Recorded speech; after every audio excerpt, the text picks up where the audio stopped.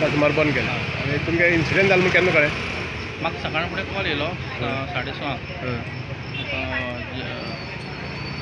आसता तें मिठाई शॉप आसा मिठाई फोन करून आपयलो म्हणलें ताका पळय म्हणलें मुगे कितें जालें तें हय तुगे जाला आनी तेन्ना येयलो हांव पळयलां सगळें हें केलां भितर वचून हांवें पयलीं चॅक केलें हय भितर चॅक केला वचून तें फाटल्या दारां आसा न्हू पुलिसांनी आपयला इन्वेस्टिगेशन करता म्हणटा हांवें मोबायल कितले जाले अदमास कितें जालो असो काय कळ्ळें? कांय ना ते तुगे स्टाफ आसता न्हू कामाक तांकां खबर आहा कितें तें सगळें आनी कॅश थोडी आशिल्ली तांकां खबर आहा कॅश कितें केलें तेमी ते शॉपार दिला कितें हांगा दवरला कांय खबर ना ताका आपयला 9:30 सुमार येतले चोरी और दुकान कभी बंद कह रहा था तुम? 11 बजे और तुम कभी देखा है? 6:30 मॉर्निंग आया था अभी तुम खोल के देखा क्या लेके गए हो? मैं अंदर अभी बाद में गया लेकिन कैश पेमेंट लेके गया कैश ले कितना लेके गया रहेगा? 15,000 था 15,000 का कैश था और कुछ नहीं था? और